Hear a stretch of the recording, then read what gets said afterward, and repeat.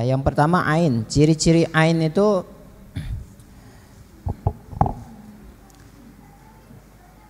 sakit tapi nggak bisa diobatin.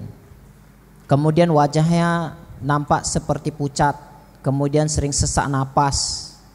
Kemudian selalu mendapat bala atau selalu sial.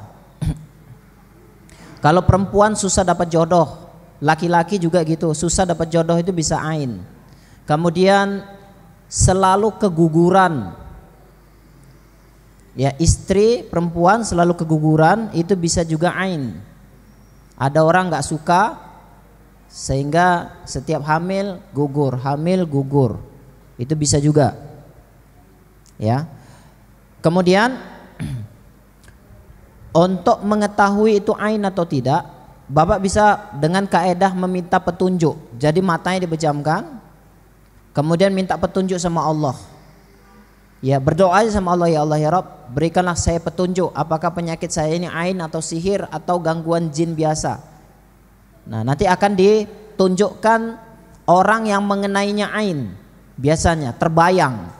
Siapa yang dia bayang itu? Seperti itu.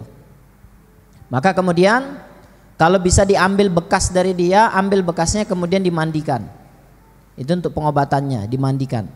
Atau kalau kita nggak tahu siapa yang buat, diperkirakan saja kira-kira siapa.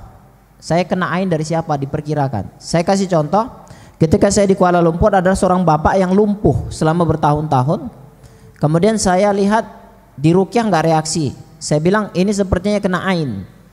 Kira-kira ada nggak orang yang dicurigai yang mengenai dia ain? Dia bilang ada, antara 3 orang, teman dia di kantor. Kalau gitu saya bilang ambil sapu tangan, kemudian dibasahkan, kemudian diperas, kan masih basah ya, masih lembab itu. Dioleskan di kantornya, di tempat orang yang 3 itu, bangkunya, kursinya, mejanya, alat tulisnya, seperti itu. Sudah dapat, kemudian direndam di air, bacakan ayat-ayat Al-Quran, Al-Fatihah, ayat kursi, Al-Ikhlas, Al-Falaq, An-Nas tadi. Kemudian dimandikan sama orang yang terkena ain, maka insya Allah akan sembuh seketika. Ya, bapak tadi yang lumpuh itu saya buat seperti itu. Besoknya bangun tidur langsung bisa jalan dan langsung sembuh total. Ain itu seperti itu, sakitnya tiba-tiba tapi sembuhnya juga secara instan insya Allah. Seperti itu. Bagaimana supaya kita tidak terkena ain? Doa. Jangan pernah kita lupa doa pagi dan petang. Doa pagi dan petang itu merupakan perisai pembenteng supaya kita tidak terkena ain, tidak terkena sihir dan tidak terkena gangguan jin.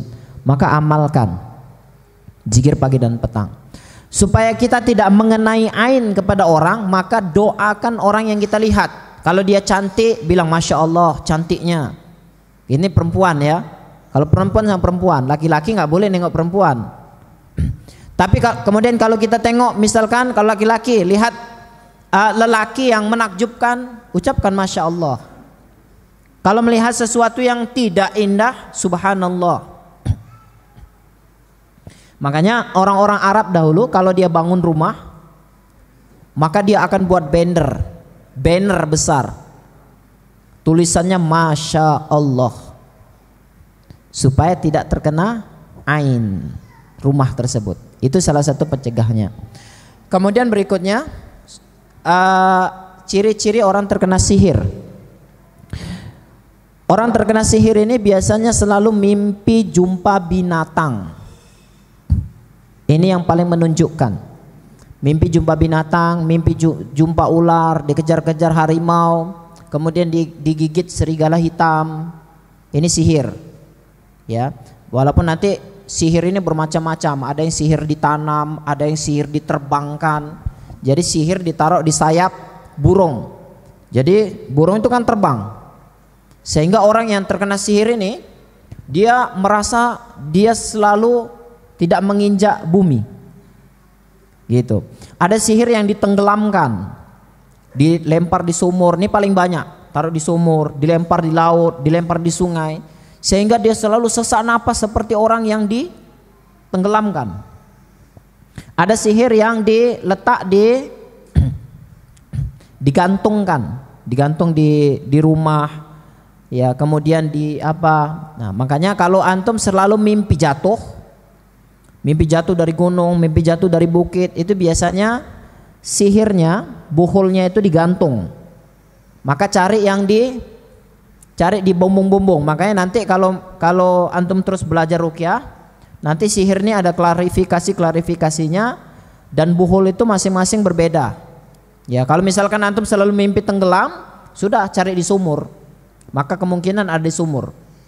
Kalau kita punya sumur. Kalau nggak dapat, sudah diruqyah aja sumurnya. Kalau misalkan selalu merasa jatuh dari ketinggian, berarti sihirnya ada tempat tinggi, di atap rumah, digantung di pohon, cari gitu ya.